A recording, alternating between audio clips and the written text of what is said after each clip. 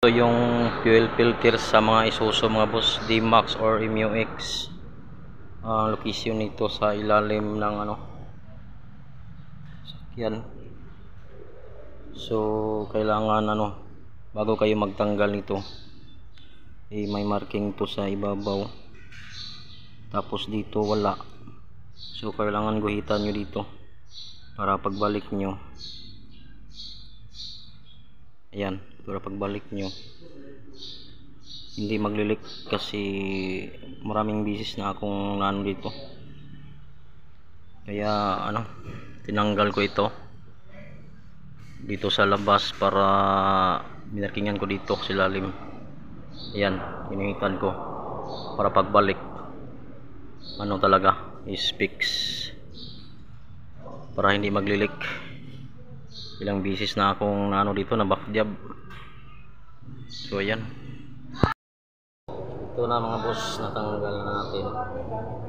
So ayan, ito yung si babaw marking. Ayan, sinihitan ko yan dito para pagbalik talaga fix, kasi pag hindi mo ginamitan maglilik yan, maglilik.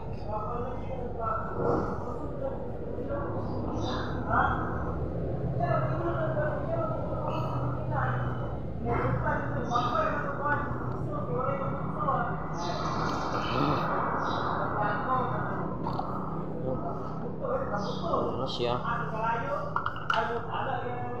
ito yung lumang fuel filter nya.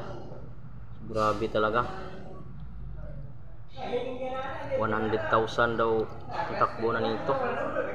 So ngayon lang napalitan, at saka ngayon lang na EGR cleaning. Dok, grabe, naglumot. Kapakita ko sa inyo, may lumot sa ilalim. Yan.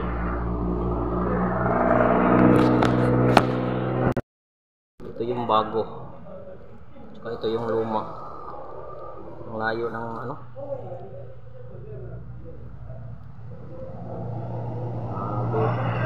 talaga.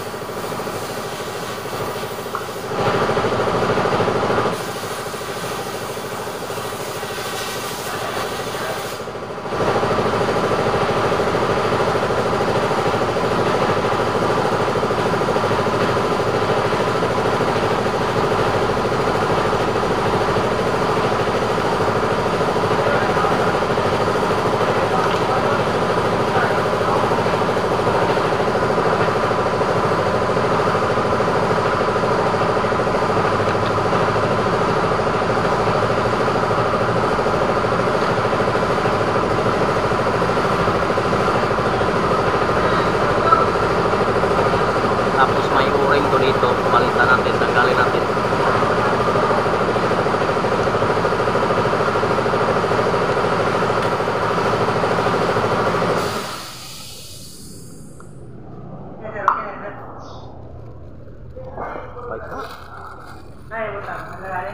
Lang tool rack.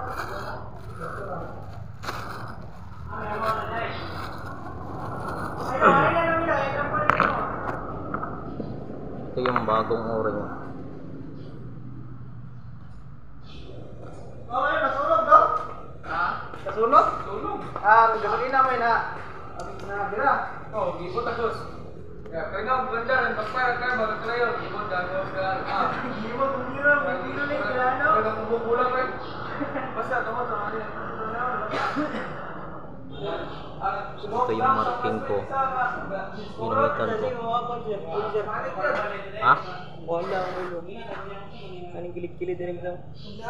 Pangina na mo. Okay lang. Ito yung sa babaw. Itapat lang natin.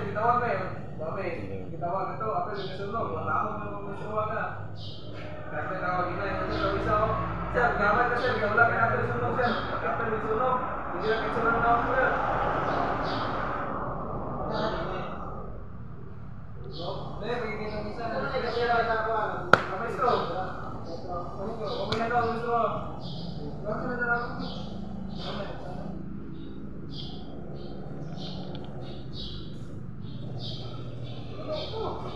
Basta kayo mag-relax sa mood kayo, gold sa tumoy.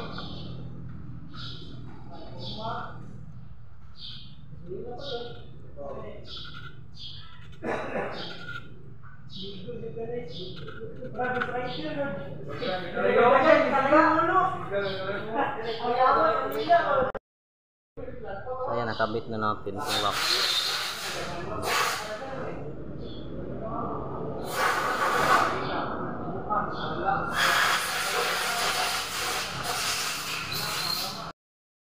Ano guys, primary fuel filter sa mga Isuzu MU-X saka D-Max, ganito yung may 12mm na bolt dyan, tapos itong dalawang hose, yan, ganyan lang yan. Huwag nyong tanggalin dito, dapat itong housing tanggalin nyo doon niya sa labas, ikabit, kasi pag dito puot-puot lang, tatagas yan. Ayan,